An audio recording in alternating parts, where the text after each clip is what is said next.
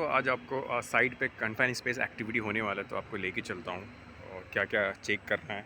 ये dip tray हो गया और देखिए फाइंडिंग एज ए सेफ्टी क्या क्या फाइंडिंग आज मिलता है हमें।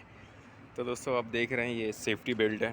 तो सेफ्टी बेल्ट आपके इसका सर्टिफिकेट वैलिड आपको पूछना है कि नहीं साइट पे, और नहीं है तो उसको डिस्कार्ड करना, या तो इस पर मार्किंग होना चाहिए भाई सेफ़ नॉट टू यूज़। फिर उसके बाद आगे मूव करते हैं। ये मैन बास्केट है, मैन बास्केट का आपको सर्टिफिकेट वैलिड चेक करना है।